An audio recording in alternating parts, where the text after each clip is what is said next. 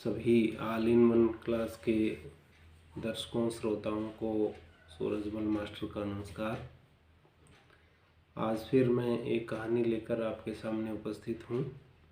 मेरी पहली कहानी आप सभी दर्शकों ने सुनी और आपने अपने बहुमूल्य विचार दिए, इसके लिए मैं आपका हृदय से आभारी हूँ। इस कहानी पर भी आप अपने विचार दें, यही मेरी इच्छा है। आज की कहानी का शीर्षक है मटरू हलवाई। जीवन में रस भले ही ना हो, पर जलेबी में रस होना जरूरी है। जलेबी का जीवन भले ही टेढ़ा मेढ़ा हो, पर होता है रसीला। हम सबका जीवन भी टेढ़ा मेढ़ा है, पर जलेबी की तरह रसीला नहीं है। मिठाइयों का बादशाह अगर गुलाब जामुन है, तो मिठाइयों की बेगम जलेबी ही हो सकती है। मैंने उसे कभी कुर्ता पहने नहीं देखा, सफ़ेद धोती व अंगरखी में ही देखा है। सर्दी हो या गर्मी, उसकी वर्दी नहीं बदलती। मोटा ताज़ा व्यक्तित्व, घनी मूंछों वाला भरा हुआ चेहरा, गाल गुलाब जामुन की तरह गोल, तो बाल जलेबी की तरह उलझे हुए। पेट गणेश जी महाराज से उधार लिया हुआ सा, और आंखें काली, मानो बचपन में माँ का लगाया हुआ काजल आज भी उसकी आंखों में मौजूद हो। मिठाई की भरी कड़ाही को अकेले ही उठाने की शक्ति वाला वह हलवाई मुझे ही नहीं, उस शहर के सभी लोगों का, बल्कि आसपास के गांवों में भी प्रिय था। नाम था मोतीलाल, लेकिन सभी लोग प्यार से उसे मटरू हलवाई कहकर पुकारते थे। अत्यंत शांत स्वभाव का मटरू अपने इलाके का प्रसिद्ध हलवाई था। इसलिए नहीं कि वह बहुत बढ़िया और स्वादिष्ट मिठाई बनाता था, बल्कि इसीलिए कि वह कभी भी लड़की की शादी में काम करने के पैसे नहीं लेता था, चाहे गरीब हो चाहे अमीर। उसके जीवन का यह नियम था कि लड़की की शादी में मिठाई बनाने के पैसे नहीं लेगा। गरीब की लड़की की शादी में तो वह मदद भी करता था, कपड़ों से, बर्तनों से, घी चीनी आदि सामान दे करके वो गरीब की लड़की की शादी में मदद करता था। भारी भरकम शरीर के बावजूद भी वह बड़ा फुर्तीला था। सुबह ब्रह्म मुहूर्त में उठकर तुरंत जंगल पानी से निवृत्त होकर स्नान ध्यान आदि करके दुकान को खोलना उसका नित्य क्रम था। घड़ी अपना समय भूल सकती थी, लेकिन मटरू हलवाई नहीं। सुबह बड़े शहरों को जाने वाली पहली बसों का स्टैंड मटरू हलवाई की दुकान होती। बहुत से पड़ोसी तो घर की चाय छोड़कर मटरू हलवाई की दुकान पर अदरक वाली चाय पीते थे।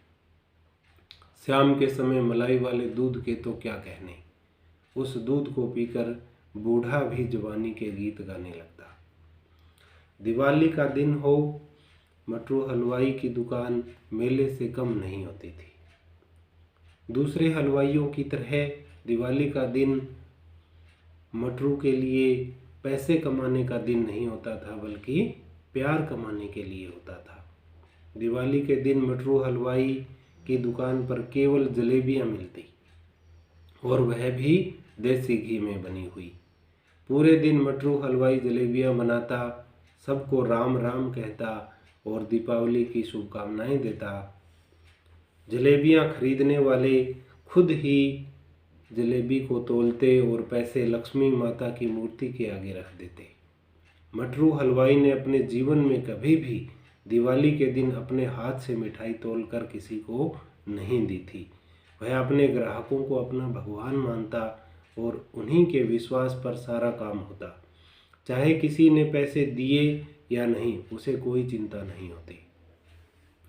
जश्न का दिन तो दिवाली के अगले दिन होता, जब पूरे बाजार से लोग स्वयं उसकी दुकान पर आकर उसे राम राम करते और शगुन देते। मटरू सभी का समान रूप से आदर सत्कार करता। अदरक वाली चाय या मलाई वाला दूध उसके साथ जलेबी से सभी की आव भगत करता। उस दिन पूरे दिन में हजारों लोग मटरू हलवाई के पास राम राम कहने आते। कुछ लोग जो उस दिन नहीं आ पाते अगले कई दिनों तक मटरू हलवाई के पास राम राम कहने आते। होली का दिन हो और मटरू हलवाई की दुकान पर जश्न ना हो, ये कैसे हो सकता था? ऐसा दृश्य तो किसी राजनेता या बड़े जमींदार के घर भी नहीं होता होगा। उस दिन ही केवल मटरू हलवाई कपड़े पहनता, सफ़ेद रेशमी धोती, ऊपर मलमल का कुर्ता और राजस्थानी साफा लगाए मटरू पुराने ज़माने के राजा महाराजा से कम नहीं लगता था। पूरे दिन नृत्य का आयोजन होता, आनंद विभोर होकर नाचते, अदरक वाली चाय मलाई वाला दूध पीते, जलेबियां खाते और जीवन का आनंद लेते। खास बात तो ये होती कि बाजार के सभी तरह के वाद्य उस दिन मटरू हलवाई की दुकान पर बजते और वह भी बिना किसी फीस या आमंत्रण के। हरियाणवी, राजस्थानी, पंजाबी, बिहारी सब प्रकार के नृत्य गान पूरी मस्ती के साथ शाम तक चलते। बच्चे बूढ़े जवान सब मस्ती में झूमते। शाम तक सब लोग इतने रंग में रंग जाते कि घर वाले भी उनको नहीं पहचान पाते।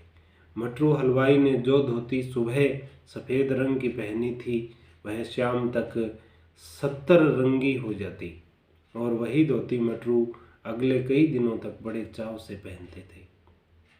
मटरू हलवाई का बचपन बड़ा कष्ट में था। इन्हीं कष्टों के कारण उसका हृदय ममता में हो गया था। उसका शांत स्वभाव वह सभी से प्रेम करना उसके बचपन के तूफान का कारण था। 2 वर्ष की अवस्था में ही माँ नहीं रही।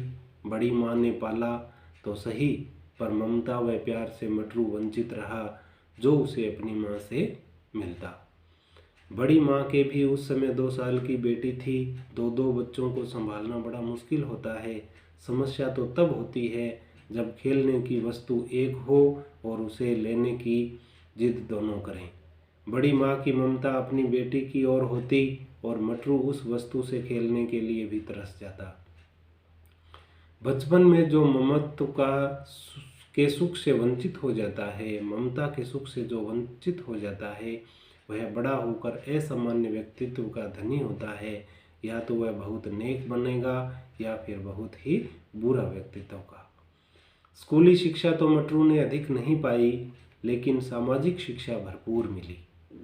समाज के प्रत्येक उत्सव, संस्कृति व रीति रिवाजों के अथाह ज्ञान से भरा हुआ मटरू अपने जीवन में उच्च व्यक्तित्व वाला मशहूर हलवाई बन गया। मटरू का हलवाई बनने का किस्सा भी किसी कहानी से कम नहीं है। स्कूली शिक्षा में अधिक मन न लगने के कारण वह गुरुजनों की मार से डरकर मटरू अक्सर विद्यालय से नदारद रहता। उसकी इन हरकतों से तंग आकर पिताजी ने उसे शहर के हलवाई के पास काम करने के लिए छोड़ दिया। मीठे खाने का शौकीन मटरू दुकान पर रुचि से काम करने लगा। आरंभ में उसे काफ़ी मुश्किल हुई, क्योंकि मिठाई को देख देख कर स्वयं को बड़ी मुश्किल से रोक पाता। मिठाई चुराकर उसने कभी नहीं खाई। उसकी रुचि और मेहनत से खुश होकर मटरू के उस्ताद ने उसे कभी भी कुछ भी खाने के लिए इजाज़त दे दी। अब तो मटरू और भी अधिक मेहनत से काम करने लगा। मिठाई बनाने में भी रुचि लेने लगा, लेकिन उसकी ज़्यादा रुचि जलेबी बनाने में होती थी। जब उस्ताद जलेबियाँ बनाता तो मटरू बड़े गौर से देखता। मैदे में कितना पानी मिलाना है, कैसे मिलाना है, कितनी देर रखना है, स्वादिष्ट जलेबी बनाने के लिए कितना पकाना है, क्या आकार देना है, कितनी देर चाशनी में रखना है, यह सब बड़े ध्यान से देखता। कुछ ही महीनों में मटरू का जलेबी बनाने में हाथ चलने लगा। शुरू में जलेबी में वह स्वाद नहीं आया जैसा खरीदने वाला चाहता था। धीरे धीरे वह जलेबी बनाने में इतना माहिर हो गया कि शहर में सबसे स्वादिष्ट जलेबी बनाने लगा। इस कारण से उसके उस्ताद की दुकान का काम बहुत ही बढ़ गया और उसने मटरू को अपने मर्जी से हर प्रकार की मिठाई बनाने की छूट दे दी। अब तो मटरू और भी मेहनत से काम करने लगा। वह हर प्रकार की मिठाई बनाना सीख गया, लेकिन जब वह जलेबी बनाता तो मानो उसकी अंतरात्मा भी प्रसन्न हो जाती और एक अद्भुत मिठास उसकी जलेबियों में भर जाती। रक्षाबंधन का दिन तो मटरू के लिए सबसे खास होता। इस दिन आस पड़ोस की सभी बहनें बेटियां मटरू को राखी बांधने आती और मटरू सबको अपने हाथ से बनी जलेबियां खिलाता, शगुन देता और सबको बधाई देता। मटरू की पत्नी सबको चाय व मलाई वाला दूध पिलाती। जैसा मटरू का मृदुल स्वभाव था, वैसा ही उसकी पत्नी का, निर्मला नाम था उसका, तन मन से निर्मल, सबको स्नेह करने वाली। आस पड़ोस का कोई बच्चा जब रूठ जाता तो घर वाले उसे निर्मला के पास छोड़ जाते। जब कोई बच्चा शरारत करता और उसकी पिटाई की नौबत आती तो वह बच्चा बचने के लिए निर्मला के पास ही आता। निर्मला के अपने भी 3 बच्चे थे, 2 बेटे व 1 बेटी, लेकिन लगता था जैसे वह उस मोहल्ले के सब बच्चों की माँ हो। मटरू की आदत थी कि वह किसी के घर नहीं जाता था, क्योंकि वह बहुत व्यस्त होता। जब भी किसी के घर कामवश जाना होता तो अपने साथ जलेबी का डिब्बा लेकर जरूर जाता। इसलिए कई बार बच्चे जलेबी खाने के लिए झूठ में ही मटरू से कह देते कि उनके दादा ने घर पर बुलाया है। झूठ का पता होते हुए भी मटरू जलेबी लेकर बच्चे के घर जाता। बच्चों की शरारत में भी मटरू को आनंद आता। बच्चों को डांटना तो कभी सीखा ही नहीं था उसने। इतनी आत्मीयता, इतना प्यार, इतनी सरलता, न जाने किस मिट्टी का बना था मटरू। धन्यवाद।